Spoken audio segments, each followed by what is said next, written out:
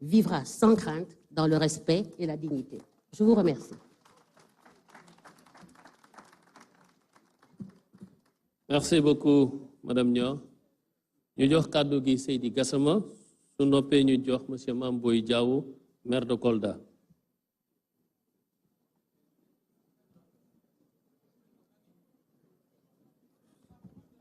Merci.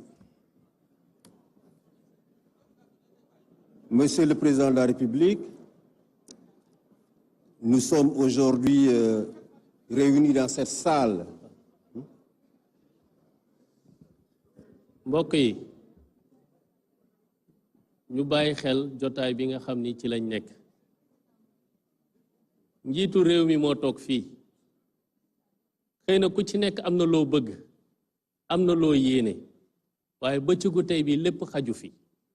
Li ñu mën rek mooy ñenn ñi jël, ñi ci des travaux de commission yaa ngi fi. Ci juróomi fan.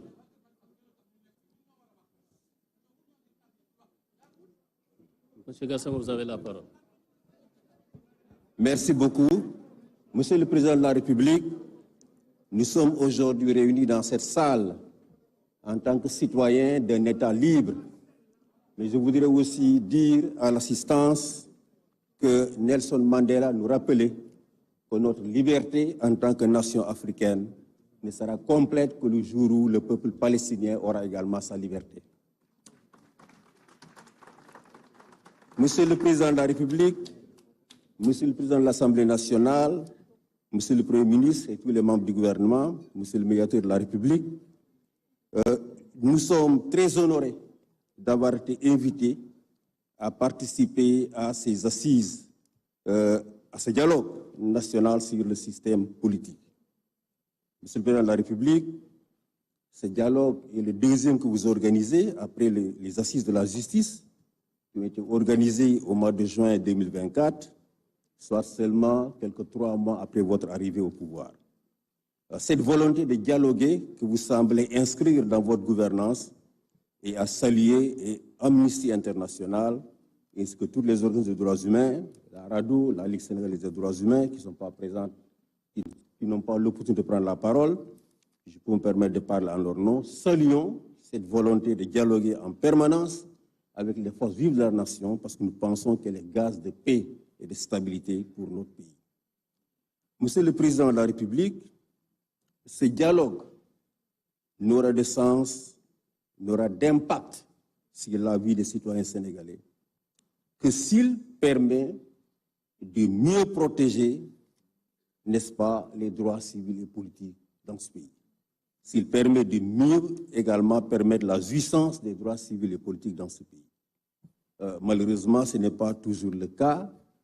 Et notre ami de l'AGS l'a bien dit, tous les citoyens sénégalais jouissant de leurs droits civils et politiques ne peuvent pas voter lors des élections au Sénégal.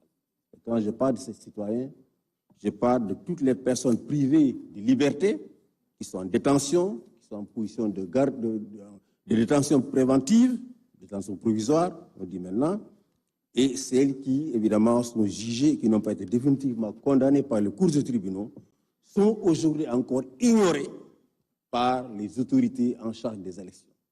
Bien qu'elles jouissent de leurs droits civils et politiques, n'est-ce pas, les élections sont organisées en ignorant totalement leur droit, n'est-ce pas, de voter et de prendre part à la direction des affaires de ce pays.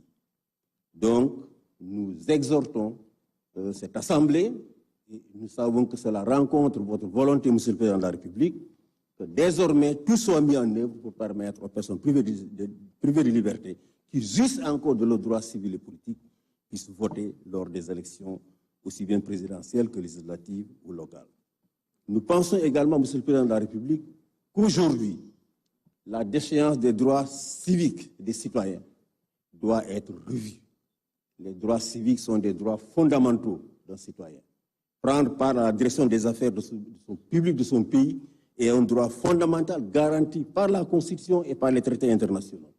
Aujourd'hui, nous pensons que déchoir un citoyen de ses droits civiques ne devrait être prononcé que par un juge, n'est-ce pas, et seulement pour les infractions les plus graves.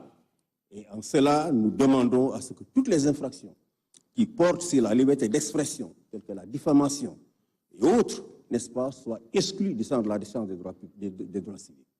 Nous savons que toutes les personnes qui sont dans le débat public, qui soient des hommes politiques, la société civile, nous sommes tous exposés à des poursuites pour ces infractions-là. Diffamation, outrage, injure publique, offense au chef de l'État, nous sommes tous exposés. Tant que nous sommes dans l'espace public, nous sommes exposés. Et donc, pour ces infractions, pour lesquelles les principales victimes sont les hommes politiques, la société civile, les syndicalistes, qu'on puisse évidemment exclure la défense des droits civiques, n'est-ce pas, les condamnations liées à ces infractions particulières. Monsieur le Président de la République, nous saluons, en plus donc des dialogues dont je viens de parler, les concertations avec les travailleurs qui ont permis d'aboutir à un pacte social qui va permettre à ce pays de se consacrer, n'est-ce pas, au travail, qui est le seul, n'est-ce pas, gage pour le développement économique et social de notre nation. Je voudrais aussi terminer, avant que la cloche ne sonne, pour faire un plaidoyer en faveur de la presse. Monsieur le Président de la République, s'il y a eu un développement d'une conscience citoyenne dans ce pays, c'est dû à la presse. Ce n'est pas nos partis politiques qui ont démissionné dans le rôle d'éducation des citoyens. Totalement démissionné. C'est la presse qui a permis à une conscience citoyenne de se former dans ce pays et qui a permis qu'on ait dans ce pays des élections libres, démocratiques et transparentes, où avant 23 heures, on sait qui a gagné les élections et qui a perdu. Donc cette presse doit être soutenue. Il y a beaucoup d'insuffisances aujourd'hui dans le secteur des médias. Il faut accompagner. Il faut accompagner. Il faut aider, il faut accompagner. Une presse vibrante, plurielle et le reflet d'une bonne santé démocratique. Et nous nous réjouissons des instructions que vous avez données en Conseil des ministres pour que le ministre de tutelle puisse continuer le dialogue avec les médias pour trouver des solutions durables aux problèmes auxquels ils font face. Je vous remercie infiniment, Monsieur le Président de la République.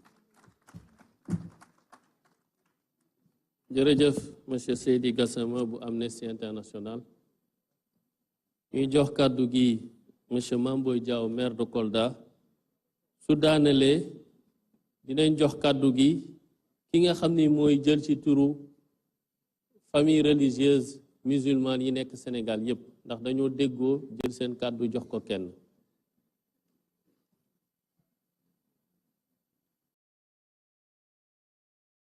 Excellences, Monsieur le Président de la République, Monsieur le Président de l'Assemblée nationale, Monsieur le Premier ministre, honorables membres du gouvernement, distingués invités. Je prends la parole au nom des maires chefs-lieux de région qui ont été invités par Monsieur le Président de la République. Et je me fais le porte-voix de ces maires qui sont présents dans la salle.